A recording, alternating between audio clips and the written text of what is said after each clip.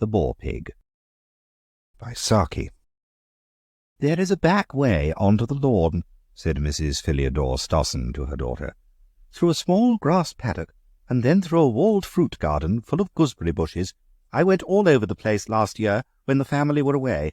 There is a door that opens from the fruit garden into a shrubbery, and once we emerge from there we can mingle with the guests as if we had come in from the ordinary way. It's much safer than going in by the front entrance and running the risk of coming bang up against the hostess. That would be so awkward when she doesn't happen to have invited us. Isn't it a lot of trouble to take for getting admittance to a garden party?" "To a garden party, yes. To the garden party of the season, certainly not. Every one of any consequence in the county, with the exception of ourselves, has been asked to meet the princess, and it would be far more troublesome to invent explanations as to why we weren't there than to get in by a roundabout way. I stopped Mrs. Cuvering in the road yesterday and talked very pointedly about the princess. If she didn't choose to take the hint and send me an invitation, then it's not my fault, is it? Here we are. We just cut across the grass and through that little gate into the garden." Mrs. Stossen and her daughter, suitably arrayed for a county garden party function with an infusion of Almanac de Gotha, sailed through the narrow grass paddock and the ensuing gooseberry garden with the air of state barges making an unofficial progress along a rural trout stream. There was a certain amount of furtive haste mingled with the stateliness of their advance, as though hostile searchlights might be turned on them at any moment, and, as a matter of fact, they were not unobserved. Matilda Cuvering, with the alert eyes of 13 years and the added advantage of an exalted position in the branches of a medlar tree, had enjoyed a good view of the Stossen flanking movement, and had foreseen exactly where it would break down in execution. "They'll find the door locked, and they'll jolly well have to go back the way they came," she remarked to herself. "Serves them right for not coming in by the proper entrance. What a pity Tarquin Superbus isn't loose in the paddock. After all, as everyone else is enjoying themselves, I don't see why Tarquin shouldn't have an afternoon out." Matilda was of an age where thought is action.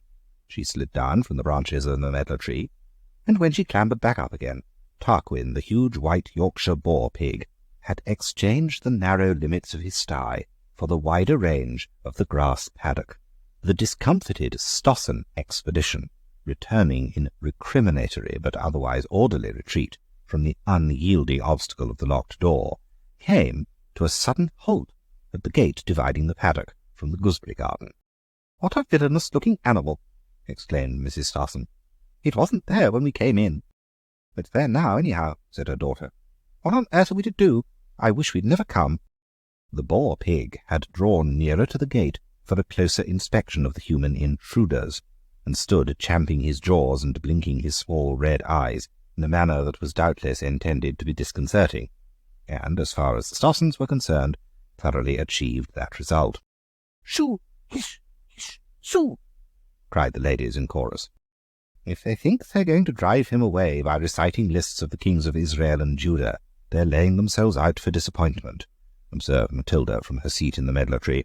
As she made the observation aloud, Mrs. Stossen became for the first time aware of her presence. A moment or two earlier she would have been anything but pleased at the discovery that the garden was not as deserted as it looked, but now she hailed the fact of the child's presence on the scene with absolute relief. "Little girl, can you find someone to drive away?" she began hopefully. "Comment? Comprends pas," was the result. "Oh, are you French? Êtes-vous Française?" "Pas du tout. Suis Anglaise." "Then why not talk English? I want to know if—" "Permettez-moi expliquer. You see, I'm rather under a cloud," said Matilda. "I'm staying with my aunt, and I was told I must behave particularly well today, as lots of people were coming for a garden party, and I was told to imitate Claude, that's my young cousin, who never does anything wrong except by accident, and then is always apologetic about it.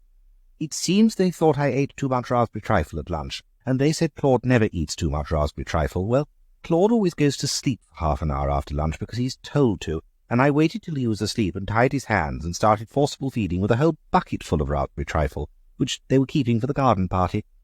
Lots of it went onto his sailor suit, and some of it on the bed, but a good deal went down Claude's throat, and they can't say again that he has never been known to eat too much raspberry trifle. That's why I'm not allowed to go on to the party, and as an additional punishment I must speak French all the afternoon. I've had to tell you this in English, as there are words like forcible feeding that I don't know the French for. Of course, I could have invented them, but if I'd said nourriture obligatoire, you wouldn't have had the faintest idea what I was talking about. Mais maintenant nous parlons français. Oh, very well. Très bien, said Mrs. Stossen reluctantly.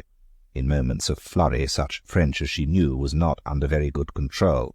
Là, à l'autre côté de la porte, est un cochon.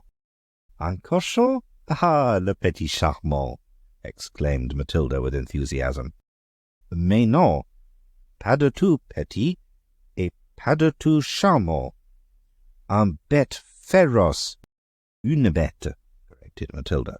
A pig is masculine as long as you call it a pig, but if you lose your temper with it and call it a ferocious beast, it becomes one of us at once. French is a dreadfully unsexing language. For goodness sake, let's talk English, then, said Mrs. Stossen. Is there any way out of this garden except through the paddock where the pig is? I always go over the wall by way of the plum tree, said Matilda. Dressed as we are, we could hardly do that, said Mrs. Stossen. It was difficult to imagine her doing it in any costume. Do you think you could go and get someone who could drive the pig away? Asked Miss Stossen. I promised my aunt I would stay here till 5 o'clock. It's not 4 yet. I'm sure, under the circumstances, your aunt would permit— My conscience would not permit, said Matilda with cold dignity. We can't stay here till 5 o'clock, exclaimed Mrs. Stossen with growing exasperation. Shall I recite to you to make the time pass quicker? Asked Matilda obligingly. Belinda, the little breadwinner, is considered my best piece, or perhaps it ought to be something in French. Henri IV's address to his soldiers is the only thing I really know in that language. If you will go and fetch someone to drive that animal away, I will give you something to buy yourself a nice present, said Mrs. Stossen. Matilda came several inches lower down the medlar tree. That is the most practical suggestion you have made yet for getting out of the garden, she remarked cheerfully.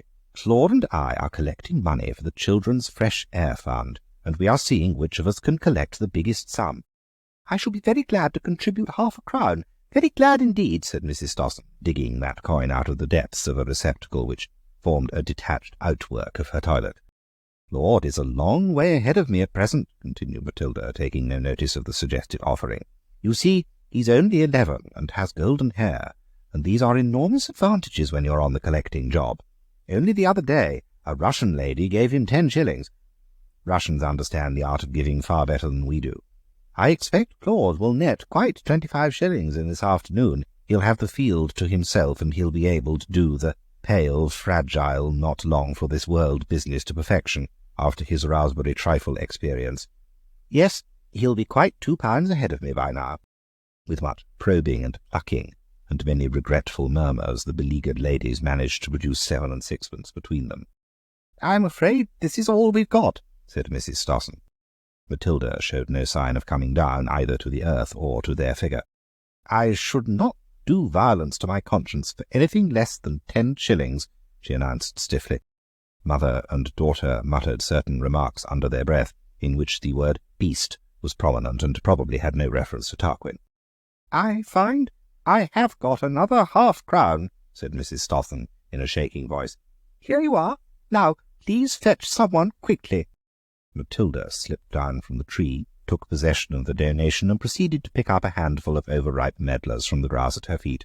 Then she climbed over the gate and addressed herself affectionately to the Boar Pig. Come, Tarquin, dear old boy, you know you can't resist medlars when they're rotten and squashy. Tarquin couldn't. By dint of throwing the fruit in front of him at judicious intervals, Matilda decoyed him back to his sty, while the delivered captives hurried across the paddock. Well, I never! The little minx! Exclaimed Mrs. Stossen when she was safely on the high road. The animal wasn't savage at all, and as for the 10 shillings, I don't believe the Fresh Air Fund will see a penny of it. There she was unwarrantably harsh in her judgment. If you examine the books of the fund, you will find the acknowledgment, collected by Miss Matilda Cuvering, 2 shillings 6pence. If you like the video, put a like, subscribe to the channel and click on the bell to not miss our new videos.